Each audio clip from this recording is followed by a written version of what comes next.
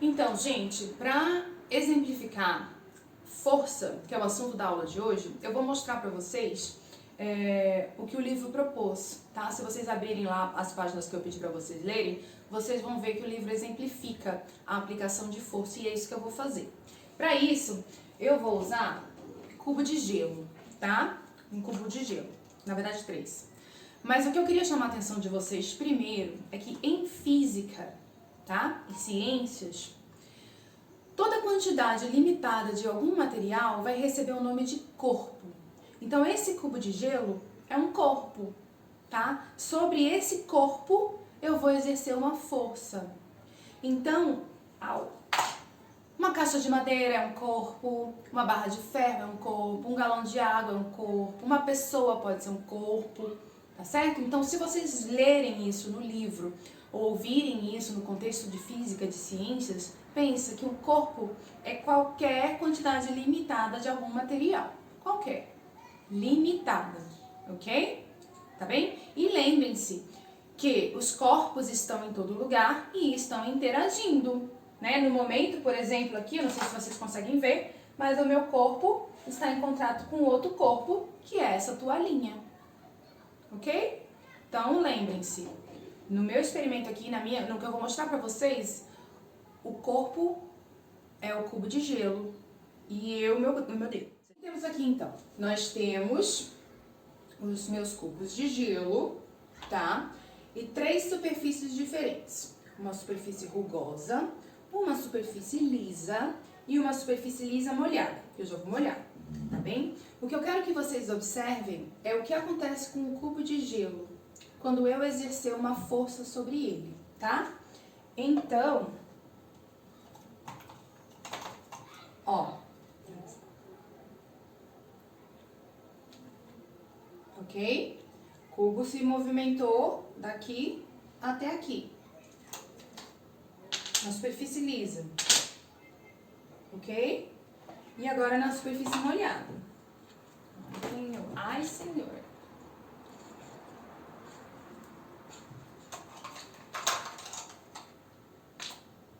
Ok?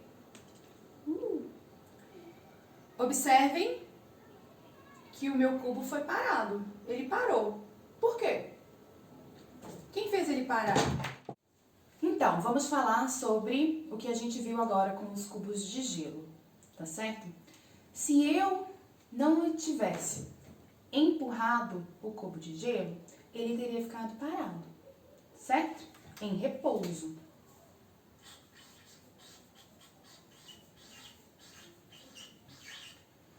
Uma vez que eu exerci a força, né, do empurrão, ele mudou de estado. Ele saiu do repouso para o estado de movimento.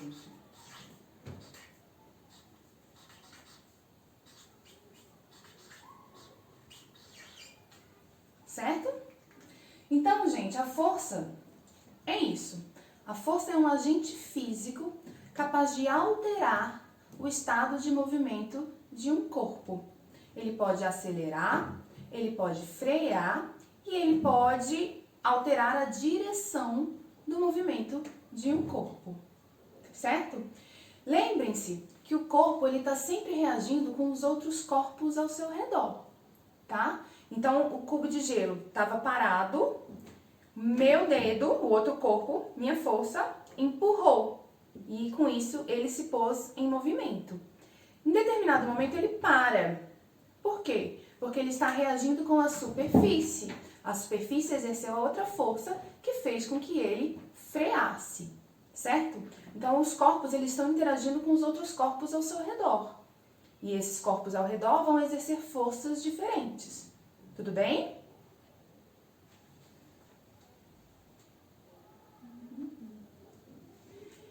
Então, só relembrando essa parte, se eu não tivesse empurrado o cubo de gelo, ele teria permanecido em repouso, paradinho.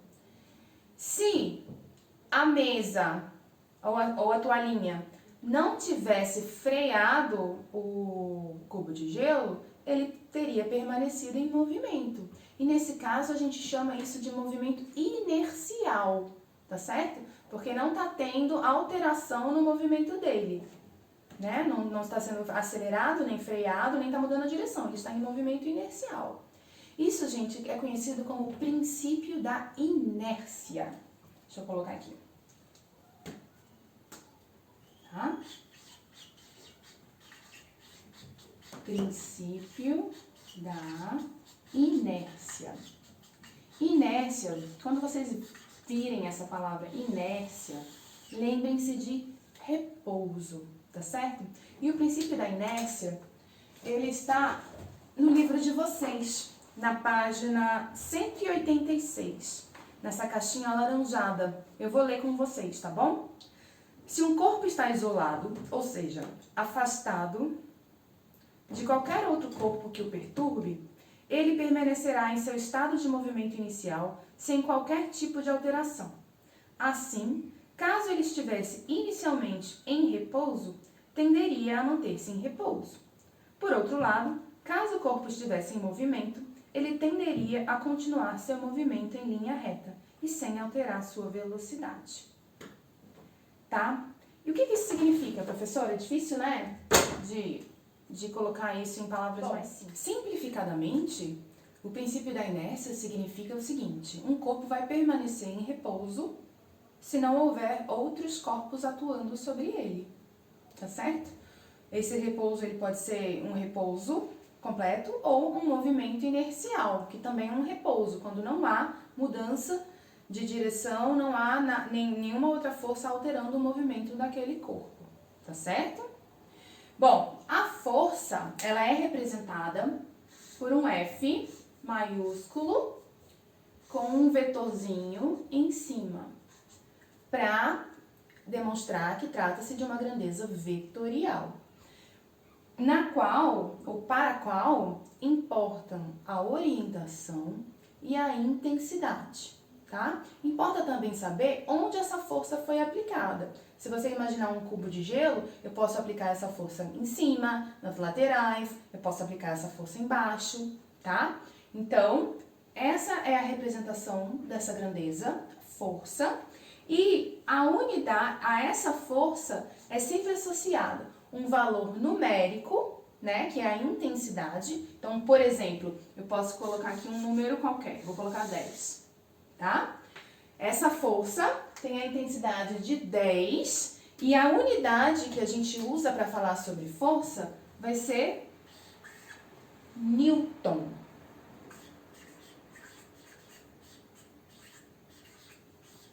Tá? Assim como a gente mede massa em quilo, distância em quilômetros, comprimento em centímetros, metros, tempo em segundos, a gente mede força em Newton, tá bom? Então, isso aqui é um exemplo. É uma força exercida sobre o cubo de gelo de 10 Newton. E é importante saber a orientação, em qual sentido, em qual direção. Por exemplo, vamos dizer que vocês estão jogando futebol. É a sua vez de chutar a bola. A bola está parada. A bola é o corpo, está em repouso. Você vai exercer uma força sobre ela quando você chutar. Então você tem que pensar, eu vou chutar em qual ponto da bola? Eu vou chutar com que intensidade? Eu vou chutar em que direção? Em que sentido? Para a esquerda, para a direita? Para frente? Para trás? Para cima? Entendeu? Tudo isso importa na eficácia do seu chute. Tudo isso vai alterar aquele corpo, né, que encontra-se em repouso. Então, uma força ela pode acelerar um movimento, retardar um movimento ou alterar a direção, tá certo? Lembrando que muitas vezes existem mais de uma força atuando sobre um corpo. E algumas vezes essas forças elas podem se equilibrar de maneira que o movimento não é alterado, tá bem?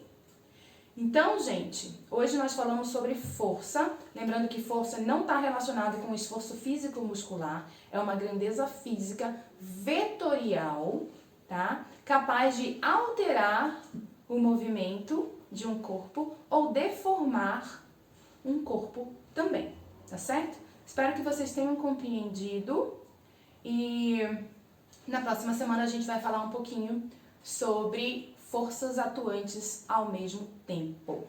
Beijo e boa semana!